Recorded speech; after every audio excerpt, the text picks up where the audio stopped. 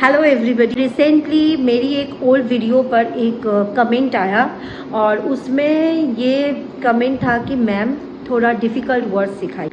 तो ये बहुत अच्छी बात है, आप सीखना चाहते हो, you want to increase your English vocabulary, that is very much good. But I want to say something, आप कितना फ्लुएंट हो स्पोकन इंग्लिश में, आप कितना इंग्लिश बोल पाते हो, means how much you are fluent, I don't no.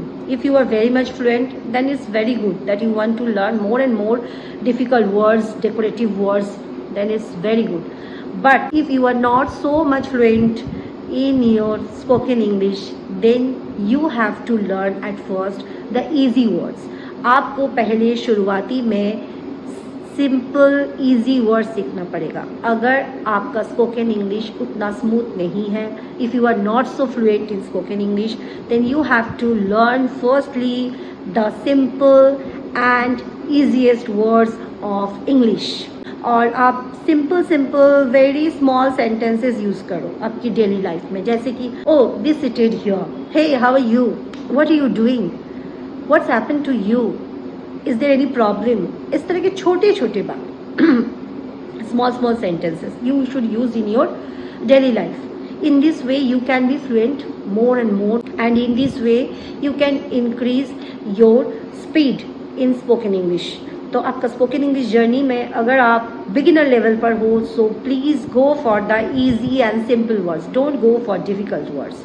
क्योंकि अगर आप डिफ़िकल्ट वर्ड्स रटोगे और अपना एक वोकेबुलरी इंक्रीज करने की कोशिश में रहोगे, तो क्या होगा कि आपका जो स्पोकन इंग्लिश जर्नी है, मीन्स आप इंग्लिश बोलने के लिए कोशिश कर रहे हो, आप फ्लुएंट होने के लिए कोशिश कर रहे हो, वो सब बेकार जाएगा। क्योंकि आपका माइंड तो उधर है कि मुझे इतने इतने वर्ड्स जानना है, मुझे ऐसे ऐसे वर्ड्स सीखना है, वो सब का एक नॉलेज होना चाहिए। I should know such words, such difficult words, their meanings. तो ये सब में क्या होता है ना कि फ्लुएंसी चला जाता है। जो आपका मेन अभी कंसंट्रेशन होना चाहिए वो होना चाहिए फ्लुएंसी पर। तो I am telling you, if you are at the beginner level in your spoken English journey, then you must go for the easy word, simple word. Don't go for any kind of decorative और difficult words. आप ऐसा word use ही ना करो कि सामने वाला समझ ना पाए। तो अगर आप याद कर पाओगे ईजी वर्ड्स ईजीली, तो आप सामने वाला को भी समझा पाओगे ईजी वर्ड्स बहुत easily. So it is better to use easy words while you are talking to somebody. तो क्या होता है ना कि सामने वाला समझ पा रहे हैं कि आप क्या बोलना चाह रहे हो। But if you are using some decorative words, some difficult words, इससे क्या है ना कि आप दिखा तो रहे हो कि आपको बहुत इंग्लिश आता है और आप बोल पाते हो, इस तरह के वर्ड्स आपके नॉलेज में हैं, दैट्स वेरी गुड।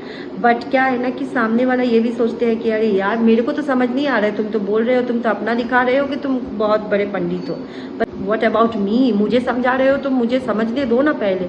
तो कुछ ऐसा वर्ड यूज़ करो जो मैं समझ सकूँ। So I am telling for those people who are at the beginner level. और मैं एक बात बोलना चाहती हूँ कि मैं ऐसे डिफ़िकल्ट वर्ड्स ढेर सारा लेकर आऊँगी जो लोग सीखना चाहते हो। But at first you should be fluent in spoken English, that is very much necessary, that is very much important. Thank you, enjoy speaking English.